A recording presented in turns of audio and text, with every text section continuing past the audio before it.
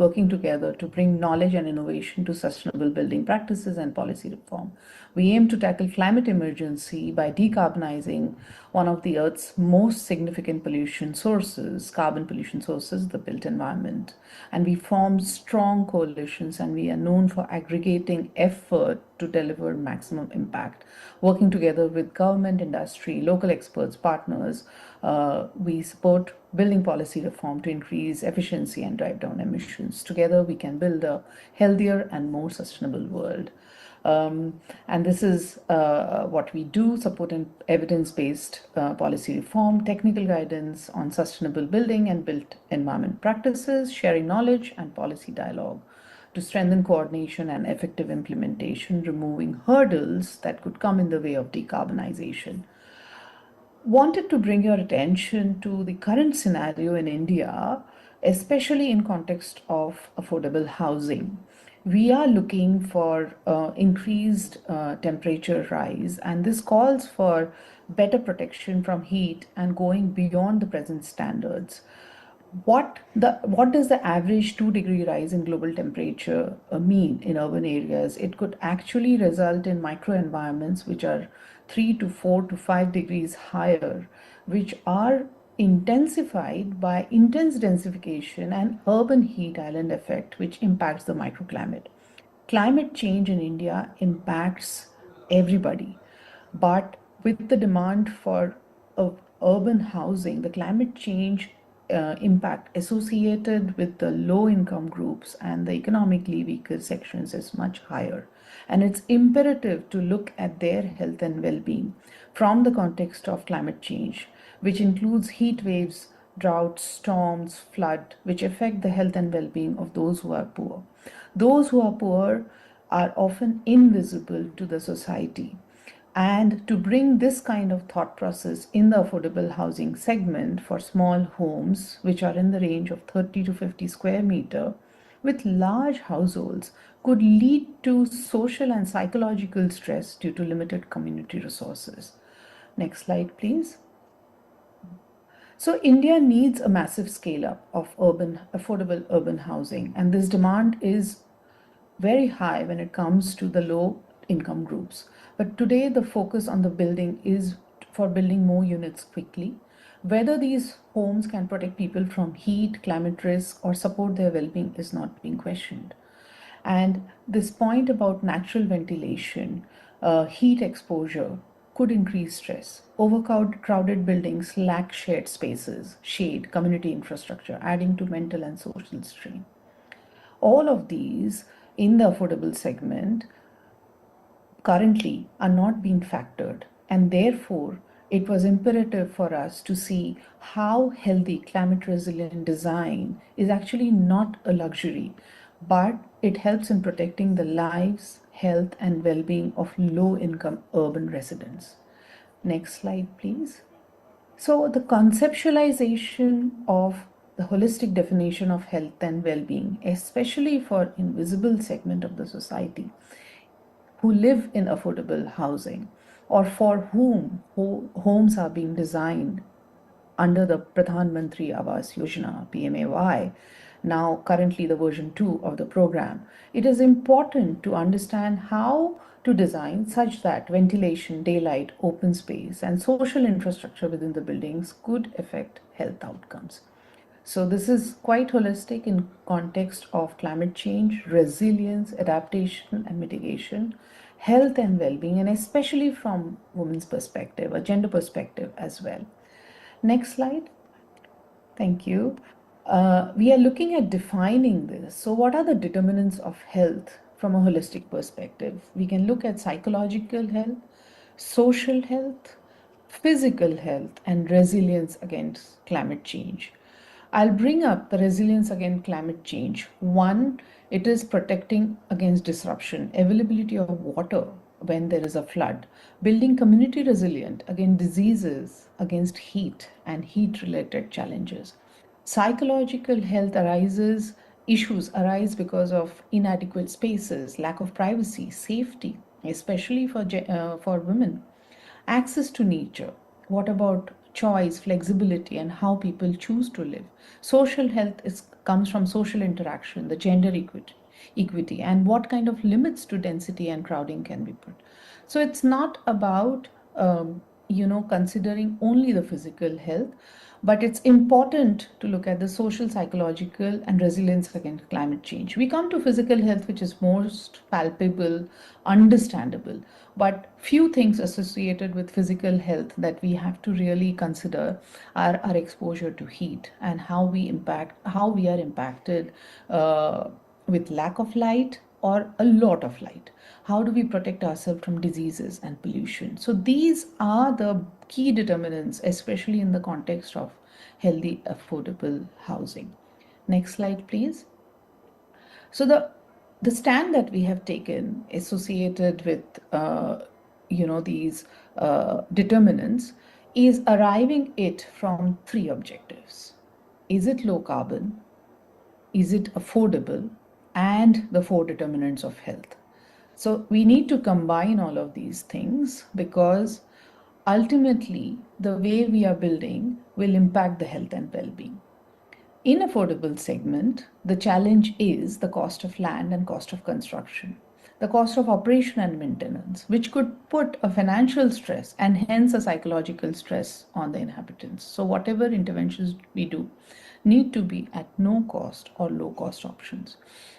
The low carbon aspect is about embodied carbon and operational carbon and the integration of renewable energy, which could reduce the cost of maintenance significantly, provide for emergency energy provision in case of disruptions, climate related disruption. Uh, the embodied energy and operational energy are interlinked. And while it is technical, the way to explain it in context of healthy, affordable urban housing is to look for homes that are well ventilated, climate responsive, have enough light and air flowing through so that they can live without artificial cooling, especially with high-end air conditioners. Fan first cooling, passive design are the areas of operational carbon emission reduction. Embodied carbon could look at various materials that could reduce the cost of construction and keep the homes low in terms of low embodied carbon, as well as provide that thermal comfort and the U value. Which is required for maintaining the operational conditions within the home thermally comfortable. Next slide.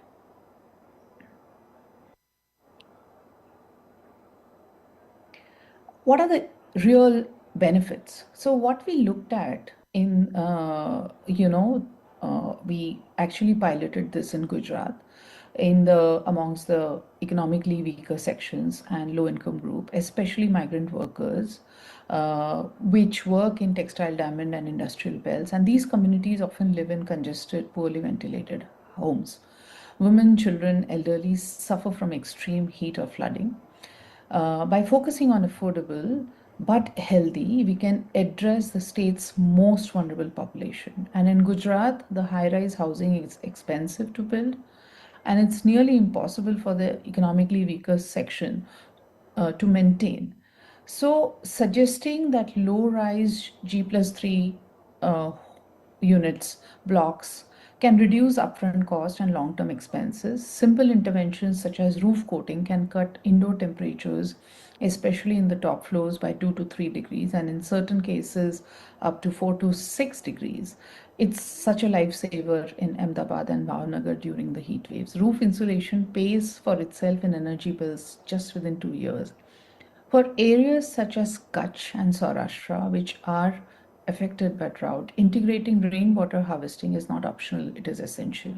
These practical and affordable solutions tailored to Gujarat's need can really help in creating health impacts, which are the real benefits. It can lower the cost, and it can reduce the rise of installation of ACs if we design it as passive first, and it can make Gujarat state a leader in sustainable development and directly contribute to our national climate and improve public health across the state. Next slide, please.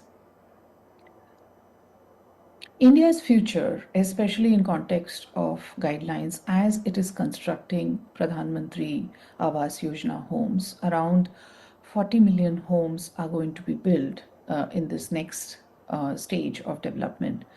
Instead of doing unsustainable construction, if we were to follow the trajectory of passive design, climate responsive design, low carbon material, efficient design, better insulation, eco friendly materials, leading to sustainable construction and low emissions, could result in 150 metric tons of CO2 emission reduction per year, aligning to SDG 13 for climate action, SDG 12 for responsible consumption and production, SDG 11 for sustainable cities. Yeah. So, what we would like to bring about is also change in South through South-South collaboration, and we have been speaking to Indonesia and our the GBPN work program in Indonesia.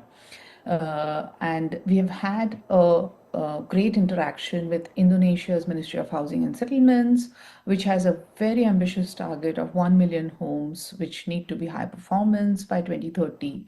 And by 2050, all new existing housing to achieve net zero emissions. By adopting green affordable housing program designs, cutting thermal stress, saving water, reducing emissions, preventing landfill waste. The idea is to also see how the India Indonesia exchange of ideas in South South collaboration can help deliver scalable, people centered climate solutions. And in both countries, GBPN supports as technical advisor and convener, bringing together ministries, architects, researchers, and local government. It supports evidence generation, capacity building, and development of actionable guidelines that connect national targets with household realities.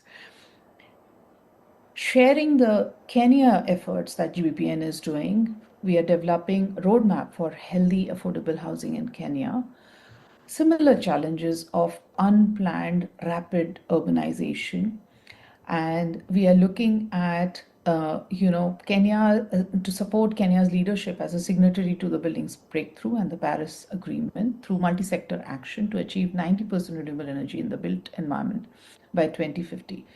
The roadmap has three areas: policy recommendation on green building codes and low carbon materials, priority interventions to design affordable housing that are energy efficient, digitally permitted to drive compliance, and capacity building to strengthen local workforces and country level knowledge sharing.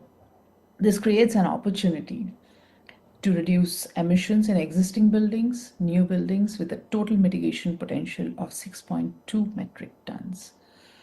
This actually, as climate impacts intensify, the stakes could not be higher. By learning across programs in India, Indonesia, and Kenya, we are well set up to shape a new model for the global south where affordable housing, healthy standards, and climate resilience reinforce each other.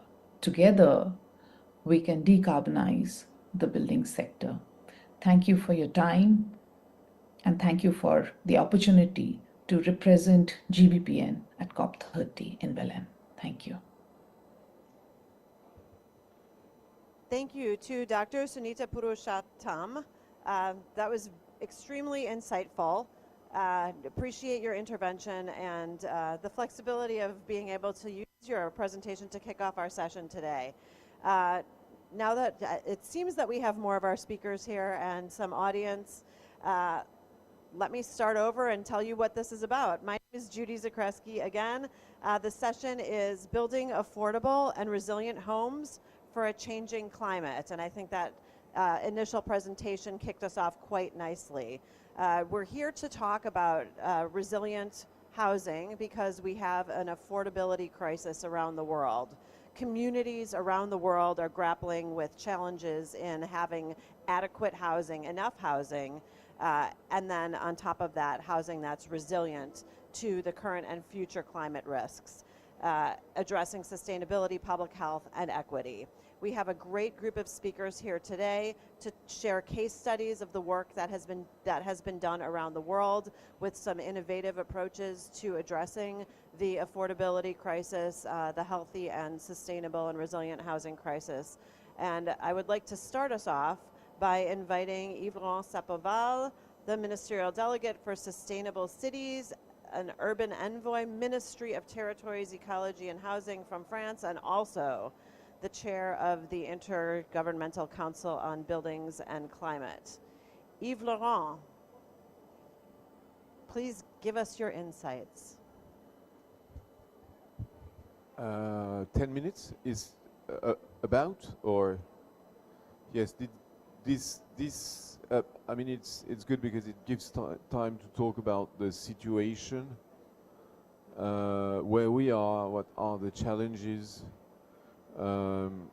maybe talk about the costs and the question of reducing costs and solutions.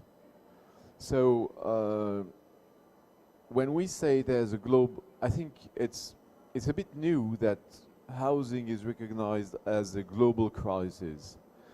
Nevertheless, situations are very different across the countries. I think we need absolutely keep this in mind. Otherwise, we're just gonna tackle the wrong problems.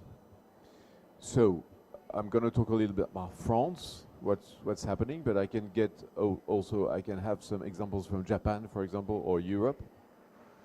And of course, we need to talk about the emerging and developing countries, which are not the same question again.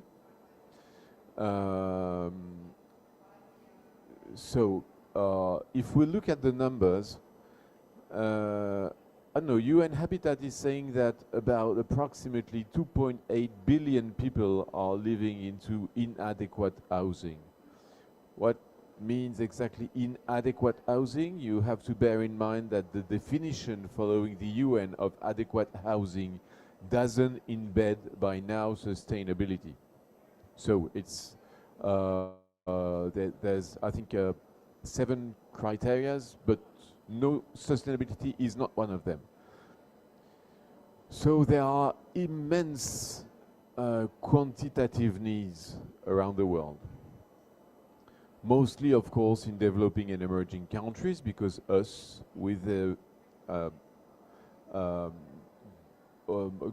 population growing old, we're supposed to have less needs, which is not the case everywhere, because the needs are different, but there are needs. So I'm going to get a little bit more to deep dive into that. But if I can give the example of Japan, Japan has a decreasing population, but there are some needs of adaptation to elderly people. There are some needs of adaptation to the climate. So many urban challenges for them. If I look at the situation in France, it's a little bit of a paradox. We are the country in Europe that has the biggest stock of housing in Europe, and that is building each year the biggest share of housing, and still we have a housing crisis. So it's interesting, it's not easy to analyze. We have approximately 30 million dwellings. Let's say 29 million are primary residences. And within that, we have about 5 million social housing. I'll come back to that because it's rental social housing. It's an interesting, very interesting, I think, model to talk about. But the situation we have is that the cost of housing is really rising. The cost of use and the cost of property and the rents, everything is rising, and it's not rising in the same proportion for the poor people than for the rich people. And if I can share this with you, it is much more difficult to be a poor household in a bad home than a rich people in a good home. If I take I don't exactly know how it is in English, the share of of revenues that is dedicated to housing monthly or yearly, it's about, if for someone that owns his house, so is potentially richer, it's about 6%, and for somebody who is poor and doesn't rent and is renting, it's approximately 37%. So you see that I think this is a challenge many places in the world, but I know about the French situation, but I think that's so France has been for a long time relatively low in terms of these kind of efforts, but it is growing rapidly. It was, I think it was 20 years ago, about 20% in average, and it's now 27% in average,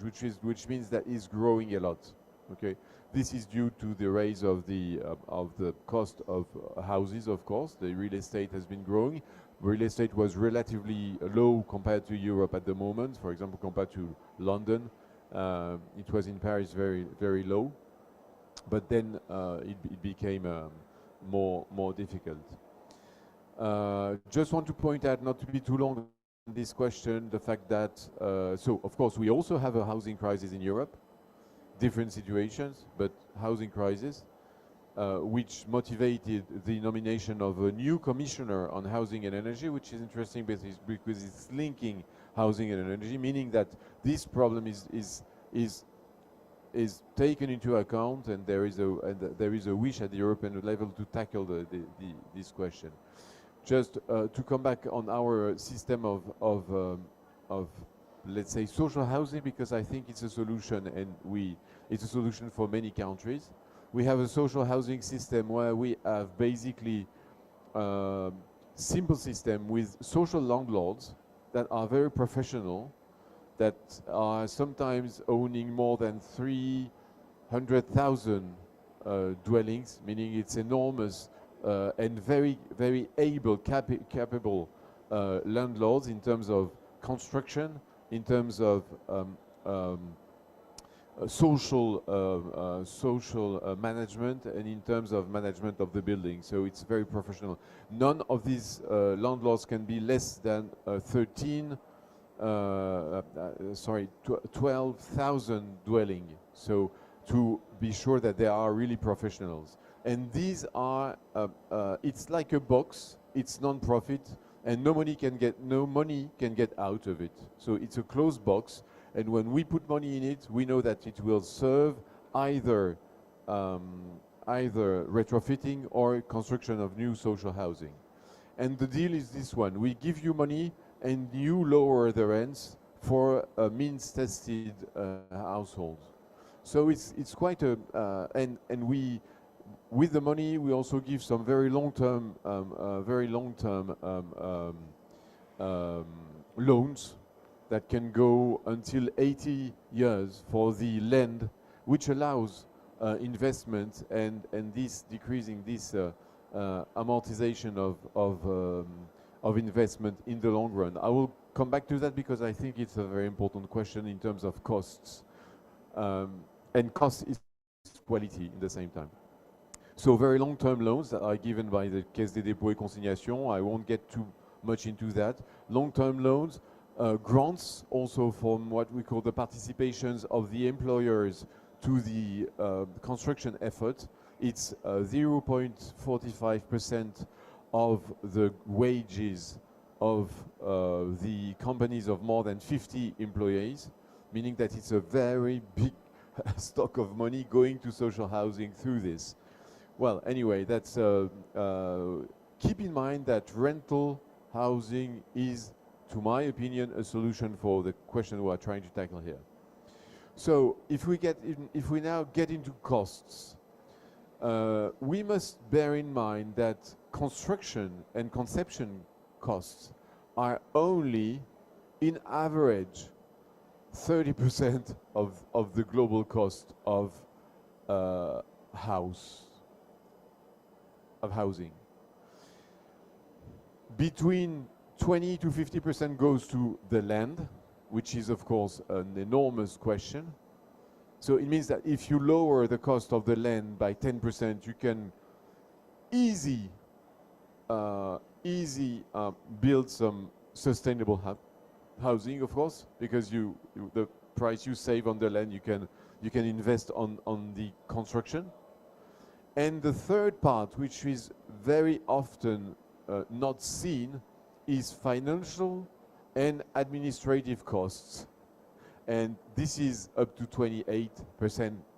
28, we need to bear in mind that apart from the construction, apart from the architects, apart from the engineers, apart from the land, 28% goes to, I don't know, administrative and financial costs, which is, we need to keep this in mind. And I was in Canada, and that was, they had a very, it must, maybe it's not the global figure, I don't know exactly, but in Canada it was the fact I was very surprised to see that, because they have a very precise analysis of where the costs of construction are.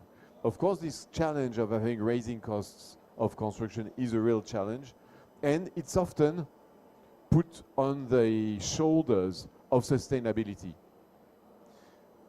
We now end in a kind of we are trapped into this false opposition between affordability and sustainability, which is not the case. This is something that we know. Of course, affordability and sustainability not only must go hand in hand, but de facto go hand in hand, because poorly built house is more operational costs and is more retrofitting costs. So every house that we build now, ready to retrofit, is going to be a cost later. So in the long run, and we absolutely need to think of this in the long term, and in the long term, affordability and sustainability, quality is the same thing. When we have been in France building very fast with very, well, it was quality at the moment, but we know that it was not quality really at the moment. We were really fast and cheap, let's say. But it's true that, you know, and we now have an urban renewal program that is more than 75 billion euros for these social housing that we have been building very fast because there was very big needs, and so we wanted to go very fast and very cheap at the moment. Okay, so we need to keep this in mind, specifically for the developing and emerging countries. And when we see what is happening that on the ground, we can be preoccupied. I don't know how long I have now. I know. Do you tell me? Huh? Okay, so if I'm almost to the end, I just want to say that what has been decided here at the ICBC, and it's interesting for us just to know. As France, we have always been pushing these two agendas in terms of international action on.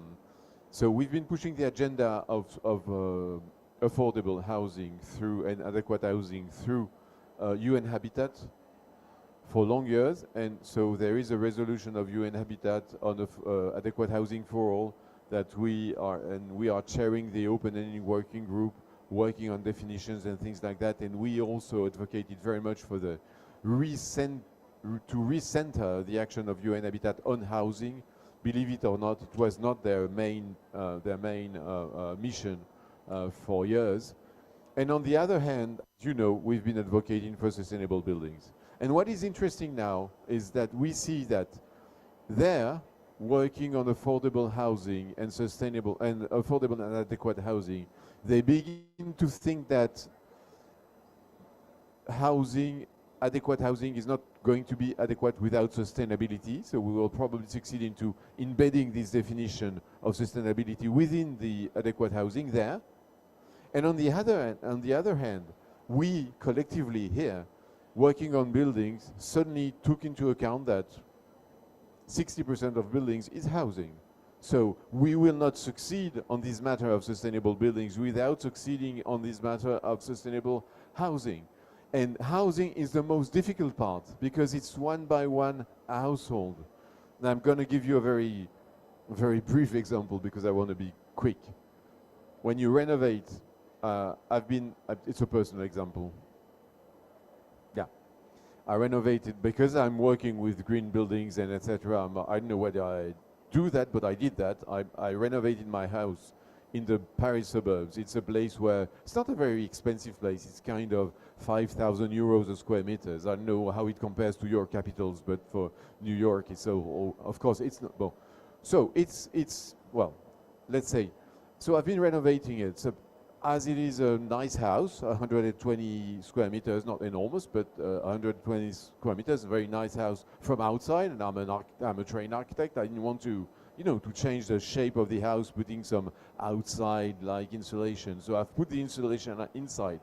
So not only I had to redo my electricity and plumbery and etc., which is usual, but I just want you to bear in mind that I lost 6 square meters in insulation, meaning that not even eating my first piece of cake in terms of I lost 30,000 euros just in square meters values.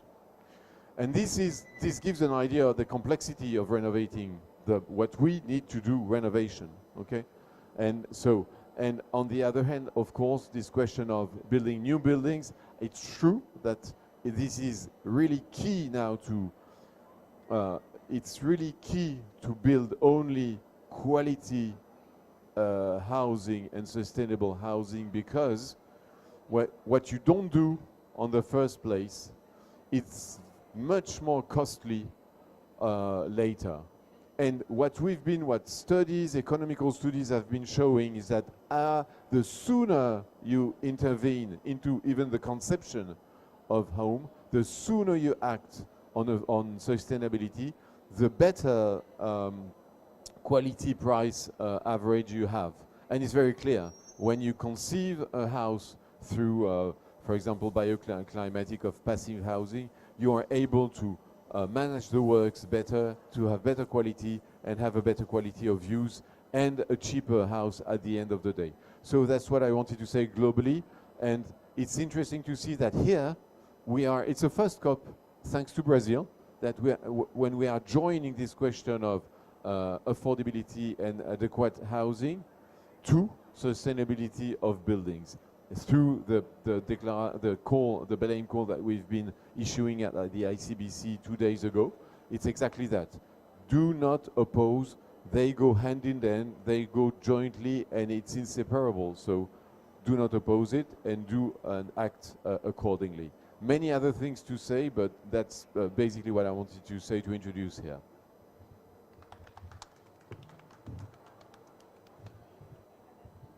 Thank you, Yves Laurent. We'll bring you back up at the end for part of the panel discussion. I think that Yves Laurent's point that affordability, adequate housing,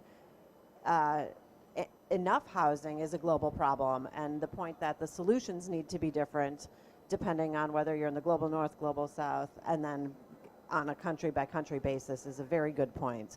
And we're going to be talking about some of that today. We heard it in the initial session, and I'm happy to welcome to the podium Ryan Kolker, who's going to speak a little bit about some of the solutions that have been adopted in the United States and beyond to address the affordability crisis and the housing crisis in the United States. Ryan is the Executive Director for Energy, Resilience, and Innovation at the International Code Council, and I'll turn it over to Ryan. Thank you. Great, thanks so much, and really do appreciate the opportunity to be here. You can go to the next slide. I'm going to talk a little bit about, also important to note, we do have a Slido for folks that are online. If you have questions, we will have a panel Q&A discussion later, so you can capture that. I want to talk a little bit about some of the solutions that we've seen within this space. But first, let me give you sort of a quick introduction to the International Code Council and why we're particularly interested in these issues.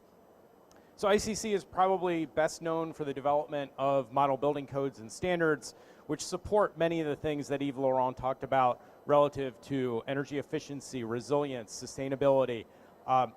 And you know, we recognize that to make those codes and standards effective, you need the tools around them to support a broader ecosystem that helps on the implementation side. And so ICC really supports, you know, sort of all of those pieces. You can go to the next slide. And so, as we look at the opportunities or the needs across the industry and across society, we really identified offsite construction as an opportunity to address many of those challenges. So if we think about sort of speed of construction, having a factory-built system at the same time that you're doing the site work, sort of speeds up that process. You can also be very deliberate about sort of how you engineer and fabricate the systems. We're also dealing, particularly in the global north, with challenges of the availability of a workforce for the construction industry. And so if you move elements of the construction process into the factory, number one, it becomes more efficient, but number two, you can attract much more diverse workforce. So if someone's going to the same site every day, they know their hours. I have a colleague who says it's always sunny and 75 in the factory, 75 degrees Fahrenheit. You can also be more deliberate about how you use materials. Because you're a very engineered system, you can be more effective about reducing waste. Being in the factory also helps support quality. Because you're not out in the rain, the snow, the elements, so materials are, much more, are not subject to sort of spoilage and those sorts of challenges. Additionally, you have sort of the job site safety elements of offsite construction as well. Because again, everything's done in the factory, you don't have the challenge of, for on-site projects, having lots of tradespeople in the same space at the same time, climbing up ladders and sort of working on top of each other. And so you can go to the next slide. To really support the development and the implementation of offsite construction, ICC has developed a suite of standards that focus on the process for approvals of offsite construction elements. So how do we assure that what's actually landing up at the job site is achieving the standards, the codes, and requirements that they need to meet? You can go to the next slide. And so, with sort of that quick snapshot of offsite construction, as a strategy, we see that as an opportunity in many different places. And so we have a team from southern Brazil that have actually leveraged offsite construction to support housing in disaster recovery. And so we have a recording of their presentation, and I'll turn it over to the video now.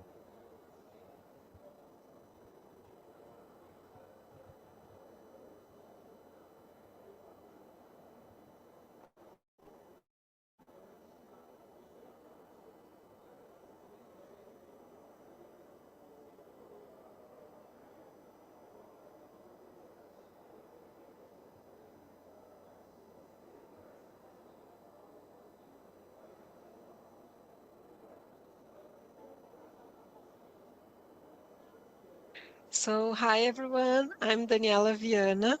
We are going to present the work Leveraging Innovative Approaches to Deliver Resilient and Climate Responsive Housing. It is part of the graduate program in civil engineering at the Federal University of Rio Grande do Sul and comes from our research lab called ModuLab. Our main effort has been to create a path toward a more industrialized construction sector. Doris and I are the professors leading this research field. Guilherme will present his PhD research program, and Bruna will share an interesting example of modular construction from the company CMC Modular. We operate at the interface between construction management and economics and building materials and technology. You can learn more about our lab through the QR code. Our research began within the Construa Brasil project and aimed to propose guidelines for developing and refining technical standards that encourage the use of modularity and modular coordination. We have been working on the development of Brazilian standards to encourage more companies to adopt adopt platform-based solution, making modular construction more feasible and scalable. Now I leave the path for Guilherme. Hi everyone, I'm Guilherme from URGS. In April and May 2024, our state, Rio Grande do Sul, in southern Brazil, faced a record-breaking flooding event that was considered the biggest hydrological disaster in Brazil history. Around 2.4 million people were affected in 96% of the cities of the state, as shown in the pink and blue areas in map 1. Around 146,000 people were displaced from their homes. Map 2 shows the concentration of households affected in the state. Map 3 presents a closer look to the Guaíba Lake drainage basin. In red, you can see the flood extent compared to the water body's original extent in blue. In the upper right side, you can take a closer look in the city of Canoas and its affected homes. Societal resilience is a society's ability to anticipate, absorb, adapt to, and recover from such events, leveraging the people, institutions, infrastructures, and communities in order to maintain the essential services needed. In this event, shelters provided temporary housing for the displaced. The number of sheltered people in the state peaked at 78,000 people on May 12, 2024. Previous stressors also played a detrimental role. The most affected people in the metropolitan region of Porto Alegre, our capital city, were also the ones that had the lowest average incomes, as shown in the map on the right. To this day, thousands of families still wait for a new home in Rio Grande do Sul. Addressing temporary and permanent housing needs of the people affected support societal resilience and society's ability to bounce back better.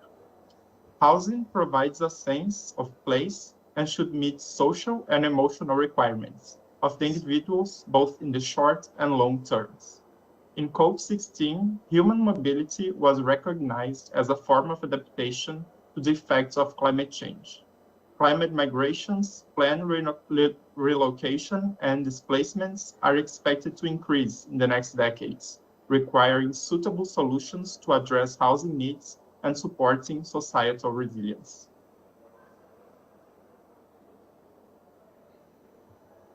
Hi, my name is Bruna, and I'll be here to showcase our first 25 homes delivered, please, in this southern Brazil after the floods.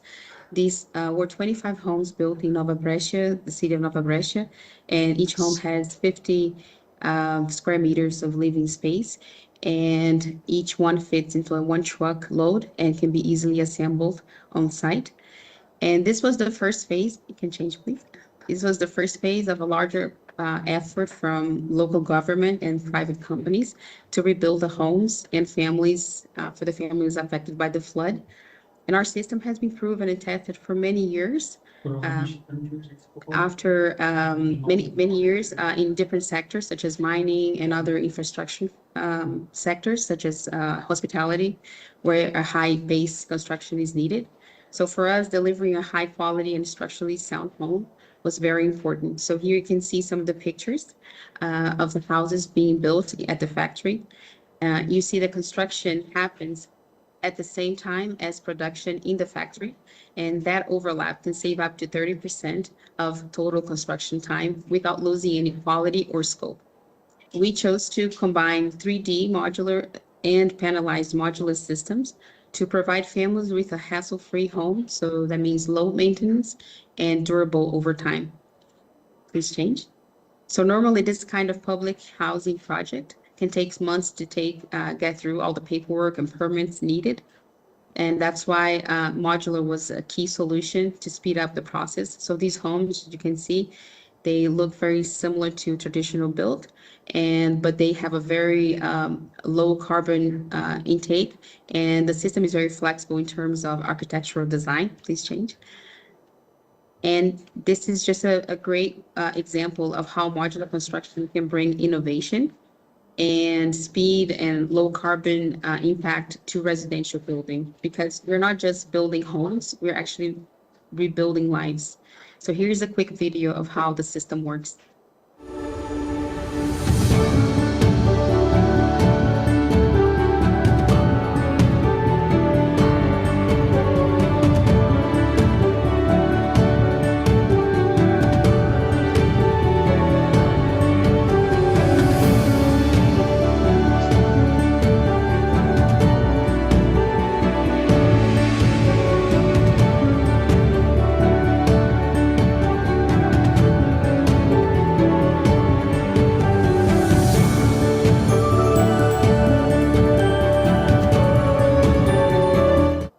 Thank you for your attention, and we are open to your questions. Thanks so much. I'll turn it back over to Judy. Thank you to Ryan and Guilhem and the whole team from the university. That was really interesting, and it's interesting to see similar solutions being employed in the Global North and the Global South. We're going to move more to the Global South right now. From GBPN, Haley St. Dennis, who is the head of Just Transitions at the Institute for Human Rights and Business, is going to present a case study about healthy housing in India. No? Spain? Catalonia. Please, yes, Haley. Thanks so much, Judy. No problem at all. Yes, slight focus, actually. This is a more Global North story, but one looking at Catalonia and Barcelona, the city of. I do have a few slides, if it's possible.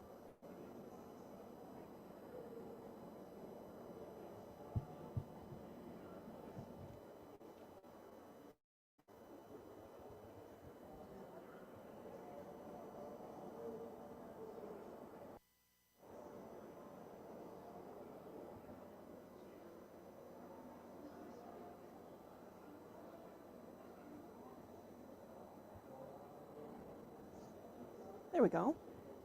Thank you.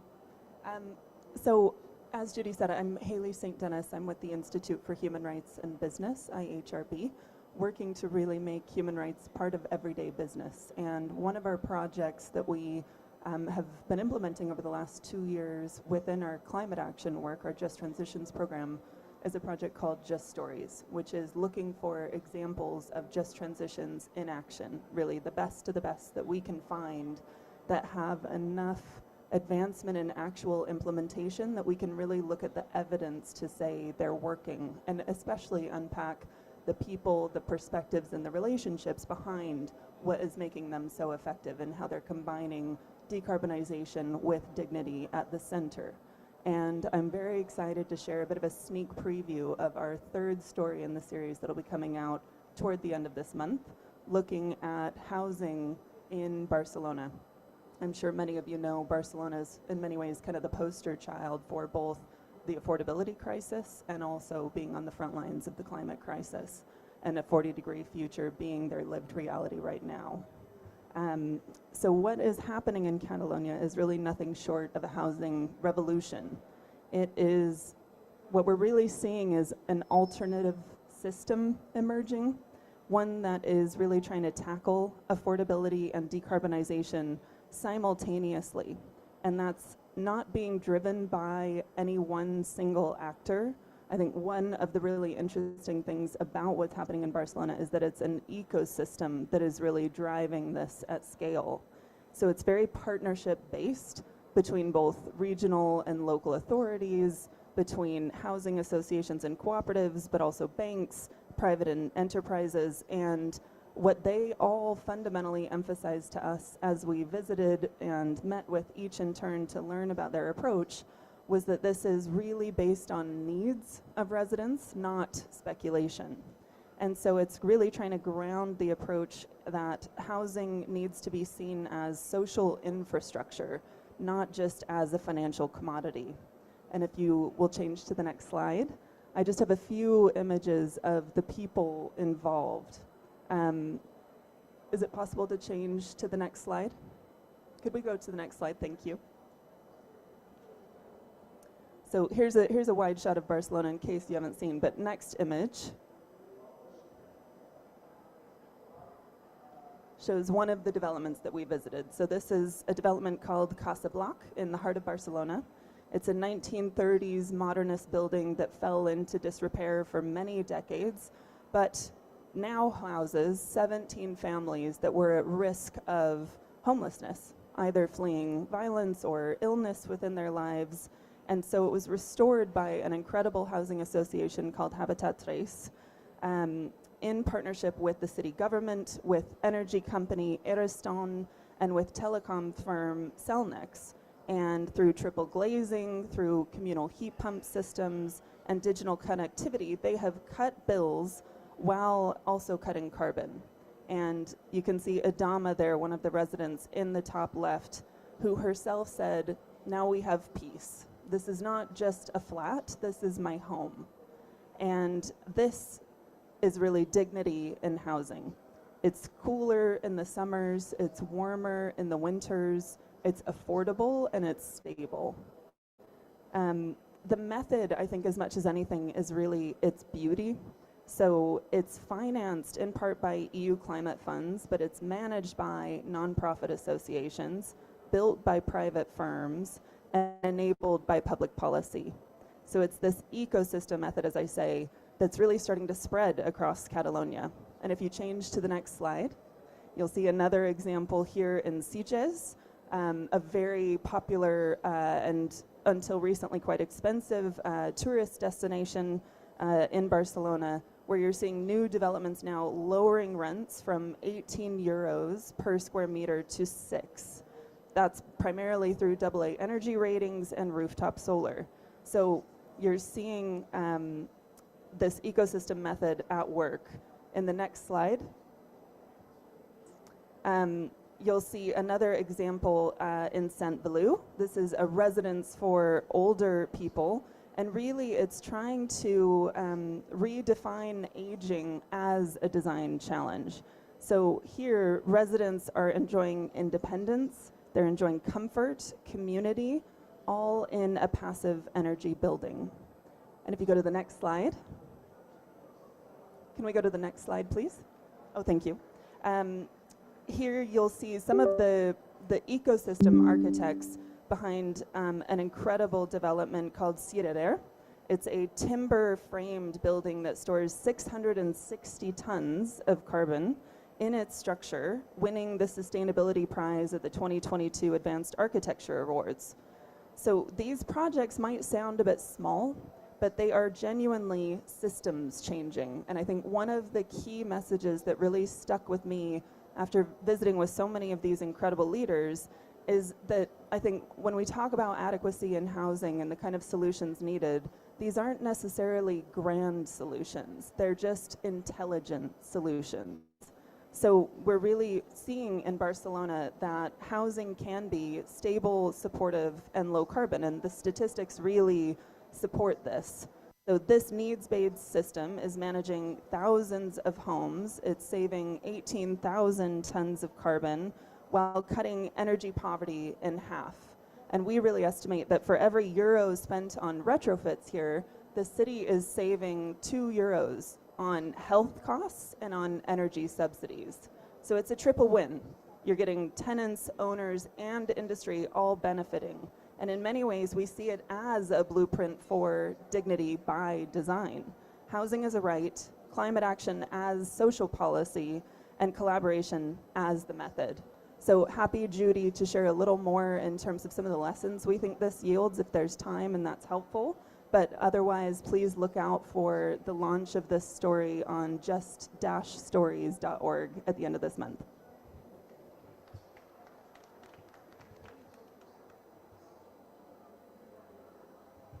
Thank you so much, Haley. That was, apologies for my mischaracterization of what we were going to be hearing about. That's a really great story, and you know, I think we're always talking about vulnerable communities and serving those vulnerable communities, regardless of whether they are in a developed country or an emerging economy. The last presentation, I would like to introduce Ariana Karamalis from Build Change to talk about some of the projects that Build Change is working on in resilient housing. Ariana? Thank you. Whoa, geez, sorry. Thank you, Judy. Great. Thank you so much, everybody, for being here and inviting me to be here today.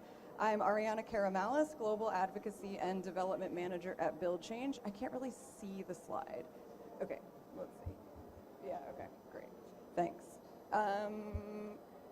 Could you go to the next slide, please? Build Change is a global leader in systems change for resilient housing, increasing access to resilient housing in some of the world's most disaster-prone countries. We use a homeowner-driven systems change approach to do this, related to policy, money, and technology in order to scale affordable, inclusive, locally relevant, climate-resilient housing. Next slide, please. Thank you. So this is just showing kind of all the places we've worked in the past 20 years. You can move on. Great, thank you. Today I wanted to talk about a couple of aspects of our work that are particularly relevant to this conversation. How we've helped shape local housing policies and building and construction guidelines to include resilient solutions for informal housing, and our research on embodied carbon savings, demonstrating that retrofitting and upgrading existing informal housing, which is our preferred approach to addressing the need for resilient housing worldwide, is not only more affordable and better for communities, but better for the planet, as well as making a strong case for the intersection of resilience and mitigation measures. Let's start off with that second point on embodied carbon. If you could go to the next slide, that would be great. Thank you. Okay. In 2023, Build Change published a report called Saving Embodied Carbon Through Strengthening Existing Housing, which shows that 2/3 of a house's embodied carbon can be saved by upgrading instead of building new. This translates into up to 4.8 gigatons of CO2 emissions that could be saved globally through retrofitting, while improving the lives of 268 million households worldwide living in inadequate housing. The report draws on over 300 case studies and highlights retrofitting as a crucial adaptation and mitigation strategy. For instance, each retrofitted home can save up to 18 metric tons of carbon emissions, contributing significantly to global emission reduction goals.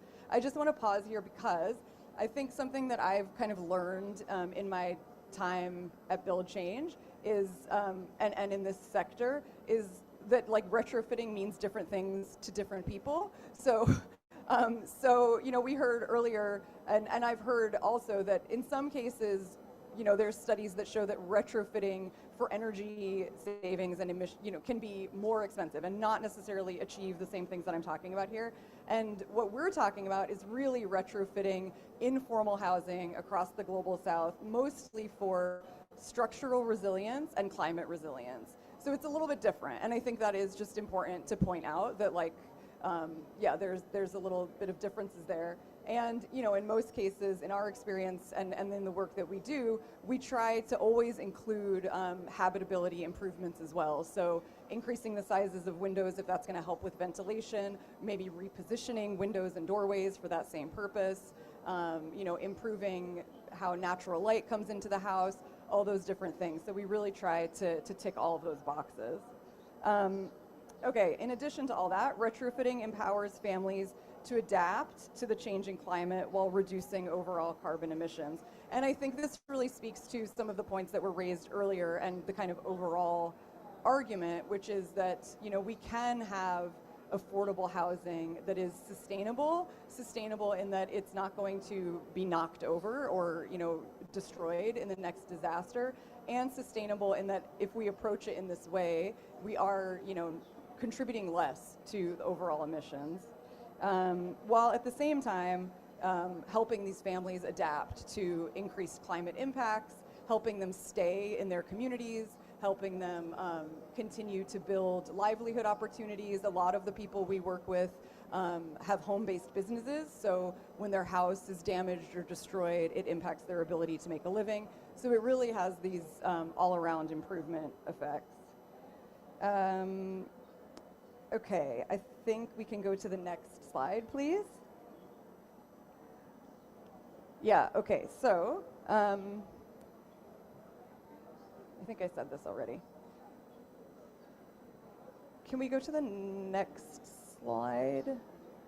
Yeah, okay, great. So prioritizing retrofitting does require government buy-in, though, and investment from private and multilateral sources.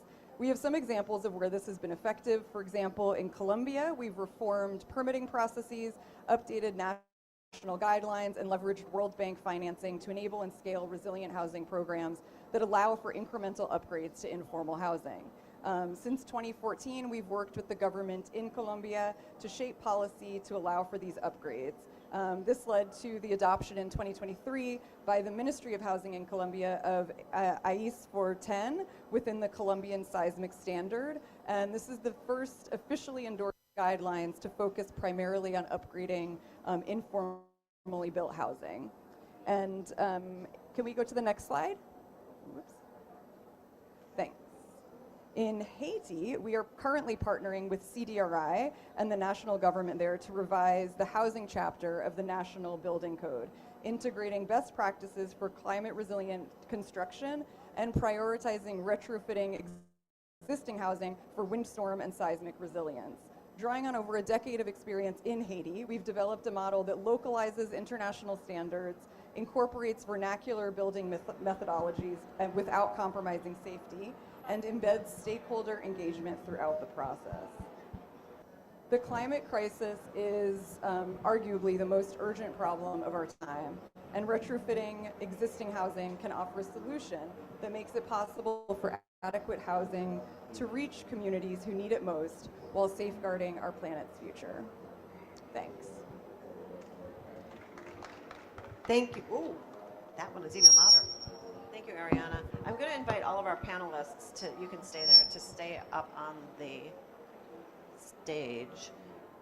Yes, please come. And we're gonna try to do our best with the technology. We have, no, this is the wrong, this is the right one. This is a Slido that we have set up for people who are on a live stream. If you'd like to ask questions, if you're sitting here in the room, you do not have to do the Slido. But if anyone's joining us on the live stream, we want to be able to enable you to ask questions. But I'm going to take the first, and now we can have the presenters who pre-recorded their sessions. We're going to try to get them online here as well, so they'll be able to be on our panel. But I'm going to, while they're working on that technical detail, I'm going to start with those of you in the room.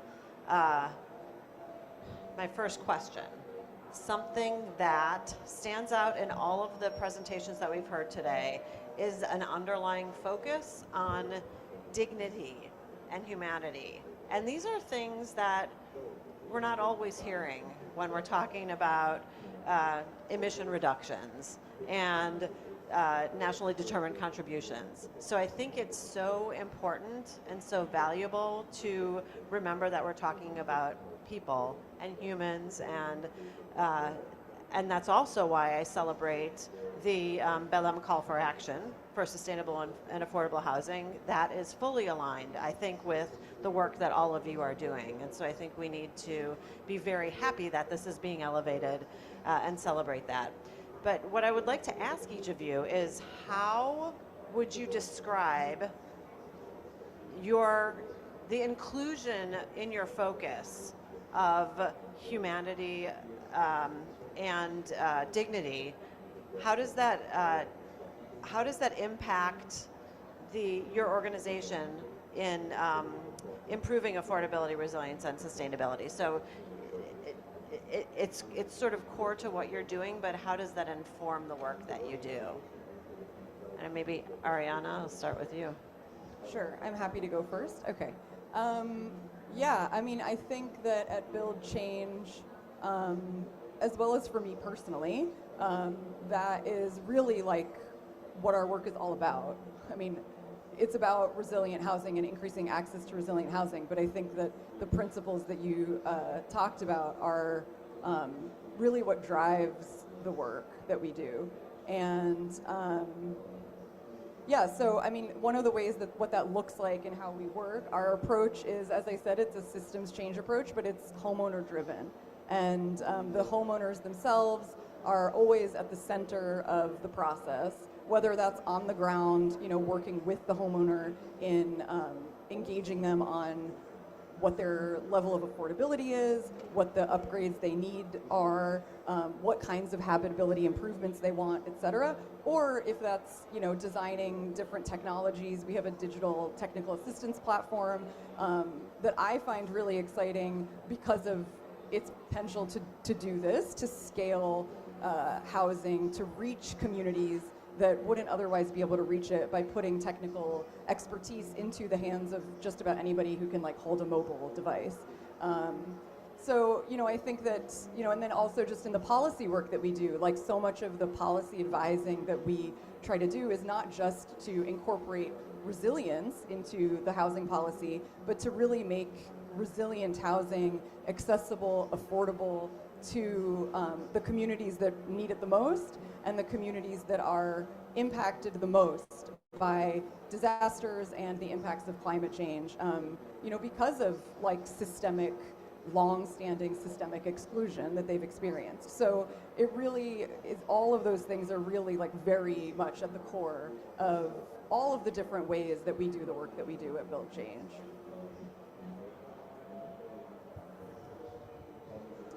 Yeah, well, I think nobody would deny that dignity, that housing is a part of dignity, and safe housing is a part of dignity. So I'm going to leave this apart because I think it's it's quite a common question. I think nobody really can say, okay, well, it's really a part of being a family, being a part of being a person, to have a roof and a safe roof. So and heating, and it's a part of your health. So, well, I would take this as for granted. Okay. A few, maybe an information. In France, we have a right to housing, mandatory, meaning that someone that is not in let's say, a normal housing condition can sue the government, which is quite hard to assume as a government, as we are. But since 2008, it is the case in France. It doesn't solve everything, of course, because it doesn't solve the lack of housing, the need for housing, but it is certainly recognized as a part of the dignity. It is recognized by the rights, the diverse multilateral agreements also. So, but here we translate it into physical, legal framework, which is quite challenging. I have two questions though. One is on slums, and the question on up to which point we need to legalize land occupation. This is where there is really a danger for people, because of course people tend to go in dangerous places because they can't go anywhere else. The cost of securing those places can be very high, and so the question of the opposition of relocation or not is a real question, and we faced that in Mayotte, for example, last time. So it's an open question. It's not like as if I have an answer, neither as the means to answer. But I think this is a question, because we often face this in these in international debates, and I've been adding the open-ending working group on adequate housing. I've been mentioning was very in favor of legalizing, and I had to add a sentence saying, well, when it's too dangerous or it's not feasible, please don't put this into the hand of governments that don't have the means to act. So that's one question. The second question is, for many people, having a house or a home goes with ownership. And I really do think that it's two different questions, and the system we have in France of rental social housing is really providing homes. People cannot be don't know how, thrown out. How do you call that? Evicted. Evicted. Yes. So it's basically a home for life, but it is not ownership. And in the meantime, we have some systems to ensure affordable housing and affordable property through dissociation of the land and the build structure, meaning you can rent the land and own the building. So the question is, of course, yes, it is a piece of dignity, but until where we go on this question of dignity on both sides, I mean, that's two questions, and many people in the countries I see, I'm going to tell you again a personal story. I've been discussing with a minister from a country in Africa where there's obviously many needs for housing, and I said, why don't you develop a structured rental housing sector, whether it is social or even regulate the housing sector? And the minister said, rental is not interesting my population. I'm not going to act on rental because this is not a political question for me. But when I look, and we made a study on his capital town, 80% of the dwellers are renting. So that's just something that, you see what I mean? There's a way to interrogate this dignity you're talking about a little further than just saying, okay, everybody needs to have a safe home. That's what I want to say. Continue thinking outside the box to find good solutions. Yeah, Haley? Yeah, I mean, to answer your question of how dignity shows up in our work at the Institute for Human Rights and Business, it's everything that we do. We actually have a framework for designing dignity by design in the built environment, which is a tool for practitioners throughout the built environment value chain to really operationalize this.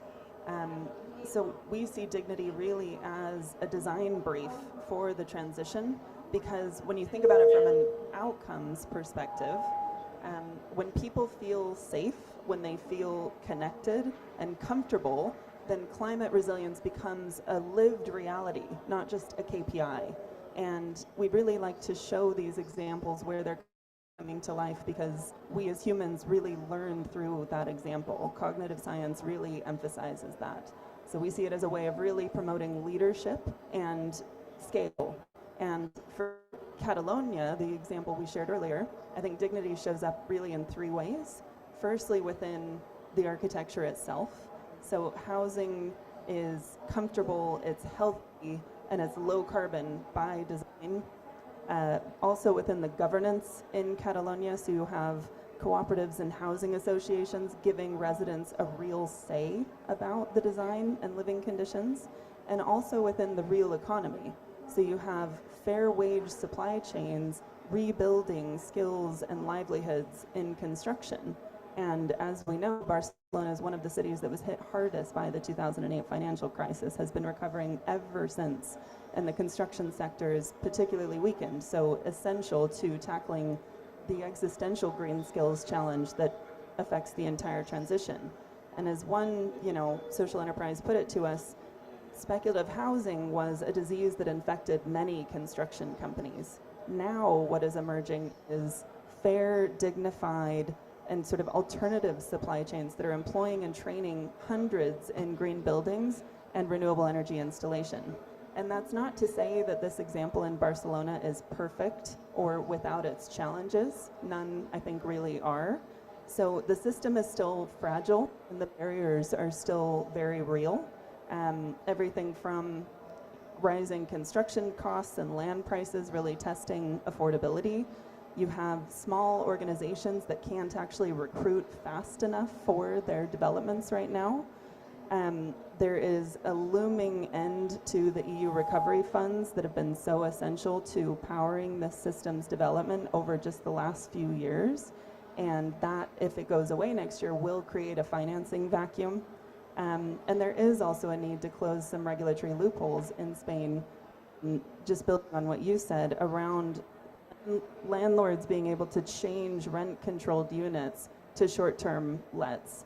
And alongside that, that kind of ever-present risk of gentrification coming from, sustainability in housing inadvertently driving up prices. So as a relatively new position in Spain, a housing commissioner put it to us, if policy doesn't keep pace with practice, then that risks these social innovations, this idea of dignity in housing coming to life, really serving only the lucky few. Thank you. Inspirational. We actually have very little time left, and I want to get to Guillaume because he's joining us. Sorry, Ariana. Guillaume, would you like to, do you need me to repeat the question, or welcome? And do you have Thank some you. thoughts about how the focus on humanity and dignity informs your work? Yeah, do you listen to me? Can you listen to me?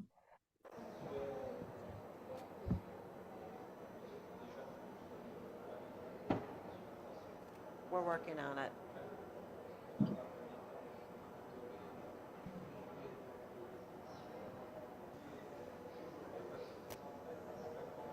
I'm going to let Ryan speak while we're getting this. Yeah, so while we're working on that, sort of ICC at its core is an NGO that's really focused on the safe, sustainable, resilient delivery and affordable delivery of buildings. And the mechanism that we use to do that is through the development of model building codes and standards, which really set the expectations of, how do we actually achieve those goals, and how do we deliver on that dignity? And I think the process that we use for the development of those codes really sort of bears that out.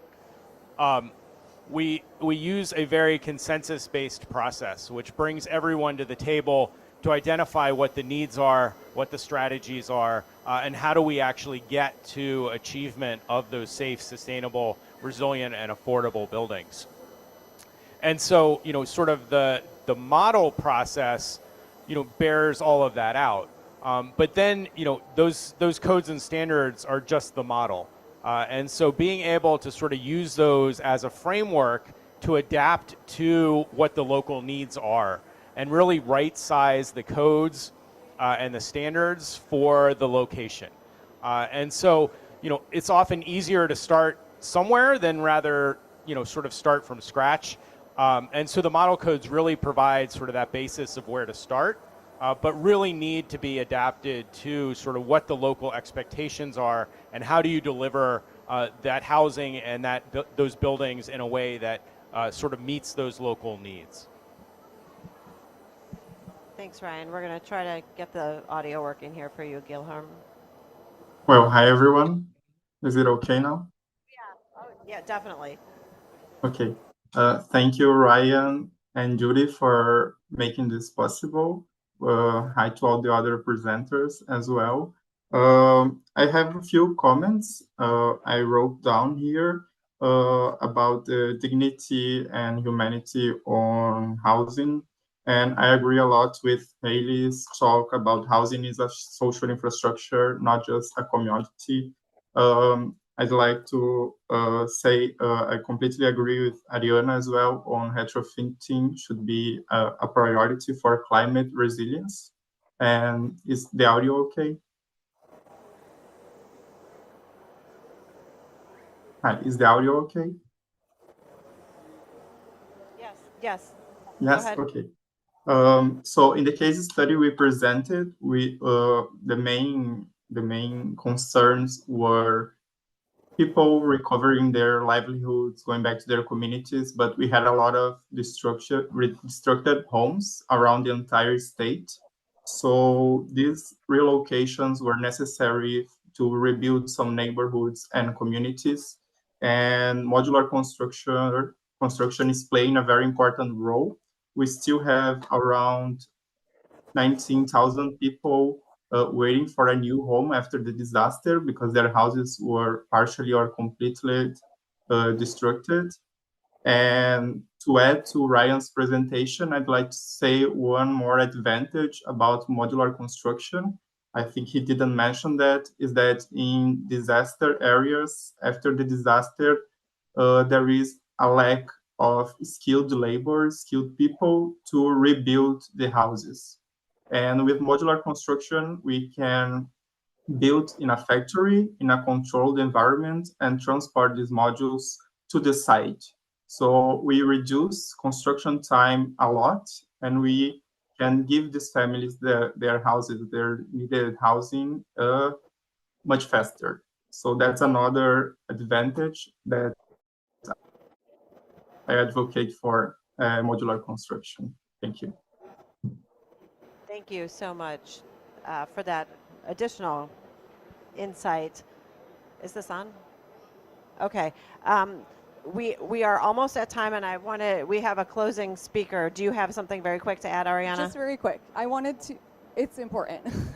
Yves says, I'm answering one of his questions, or attempting to. So I think can you guys hear me? Is it audible? Okay.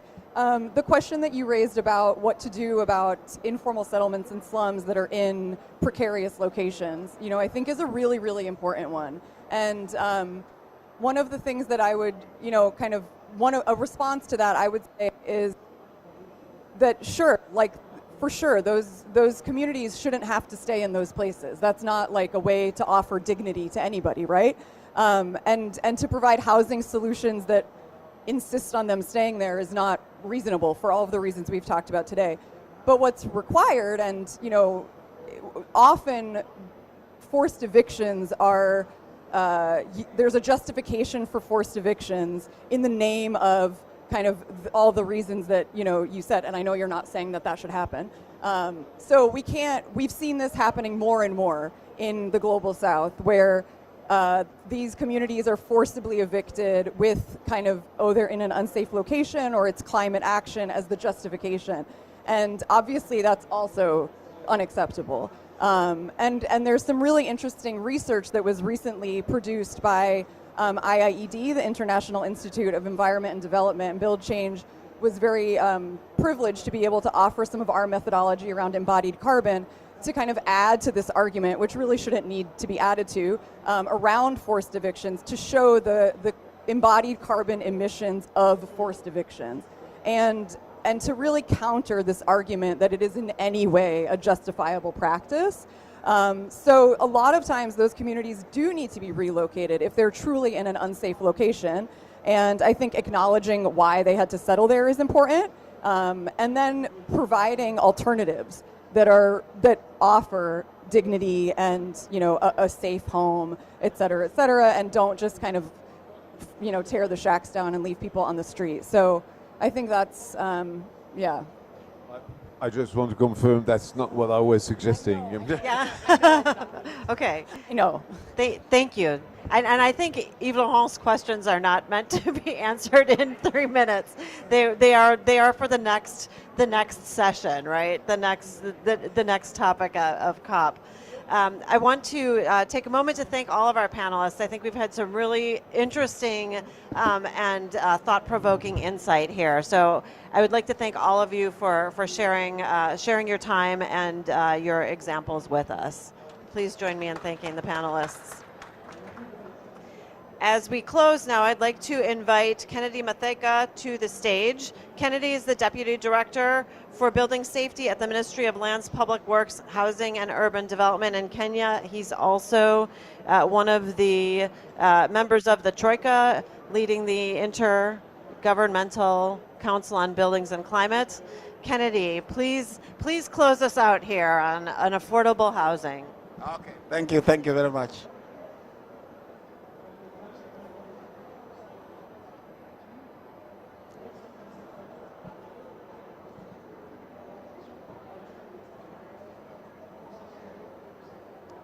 I wanted to do our closing remarks in 2 parts. The first part is to give a perspective of the session in light of what has happened. And first things first, I think I need to appreciate each and every of our presenter of the day for the excellent perspectives that we have been taken through, the case studies and the examples that they have demonstrated. And I think it's a good thing for each and every one of us, especially coming from different geographical and climatic conditions, to see how then do we apply this to realize the objectives of or rather realizing not just affordable but even resilient homes for each and every one of us in a different way. The second part is we are waiting for some slides, 2 of them.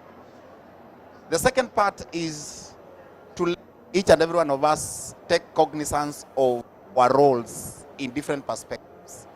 Our speakers have really given us those perspectives in terms of what is our role as the drivers of change from within the very community we come from. And therefore, it is a good indication that the speakers have put it in perspective that we have our role not just as persons of change, but in institutions. So I would like to appreciate each and every one of you for that perspective and see how best then, being the drivers of the change that we are looking into, then we push it forward in that perspective. The next part of the conversation is about how then have other jurisdictions and other countries have done that. This is a summarized version of what our presenters have looked into. And in our perspective at a Kenyan level is that when we are talking about the very challenges, and this has been well put by our presenters, we are talking about the urban challenges that our people, our local communities do face, whether these challenges are within the issues around population growth, whether this is issues of mobility and traffic congestion issues, whether we are talking about safety and livelihoods of our people, and even talking about the strains of the existing infrastructure and services. So these are some of the things that, and there are quite a number of other things that even have been said by the presenters, and we feel and believe that it is important for all of us as we champion the change from within, take cognizance of the urban challenges that our people do face, and therefore the 4 is just among the very many that our presenters have put forward. They have demonstrated, they have shown a good case study around that, and we feel that it creates an enabling environment for all of us to see how then do we deal with the very challenges that we are talking about. Next slide.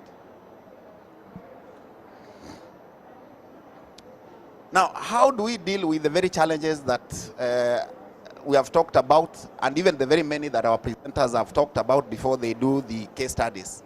There are different strategies that can be applied. What we are talking about as the 4 of them are just part of what our presenters have given in detail. We are talking about strategy in relations to the very people that you want to create that change for. The second strategy is about how you conduct the issues around designs and baselines and analysis around that. How do you deliver the solutions that you are looking forward into that conversation, and then how then do you want to scale up in terms of further implementations and strategies in relations to policies and quite a number of other things. So it is important for all of us as we carry out issues around interventions around this conversation, we take note that the best approach in all this conversation is taking it from what we are calling the bottom-up approach, because the solutions that we want to create from within the very people then needs to be realized from the very people that we want to create the solutions for. And therefore, we are talking and we are encouraging the bottom-up approach as a solution to the very problems that we are talking about in realization of resilient homes. The last part, slide. The last part, so that we put it in perspective, and this is in the context of Kenya, we are tying up realization of healthy and affordable housing and living to dignity and people in relations to our decarbonization roadmap that we are working with the Global Buildings Performance Network, where we had the presenter online. And this is not just us. This is how we are looking at things at a global scale. So we are looking at realization of quite a number of other things, and these are the same narratives, the same gospels that we have been pushing and putting for, to see that we all realize in relations to all these conversations that have been put forward. And therefore, as we talk about decarbonization roadmap, we'll be very keen to ensure that we cover all these spectrums. This is for the local people to realize the local solutions for resilient homes and homestead living. And therefore, We'll be keen to see how we grow this conversation. To Belém call for action and ensure that each and every one of us listening, whether it is online or with us here today, then reap the benefit of this conversation. I would also finally thank the team that is listening to us or following us online.